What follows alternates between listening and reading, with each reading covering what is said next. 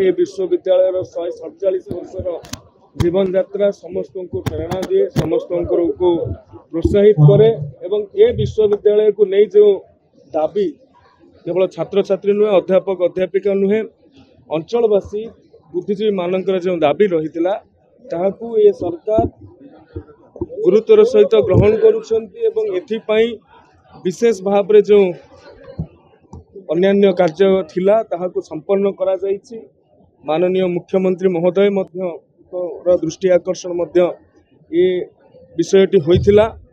तांकर निर्देश क्रमे अति कम दिन भितर खूब शीघ्र ये विश्वविद्यालय को यूजीसी मान्यता प्रदान करा जिबा पई व्यवस्था करा। देखंतु सरकार ए संपर्क में सचेतित अछंती।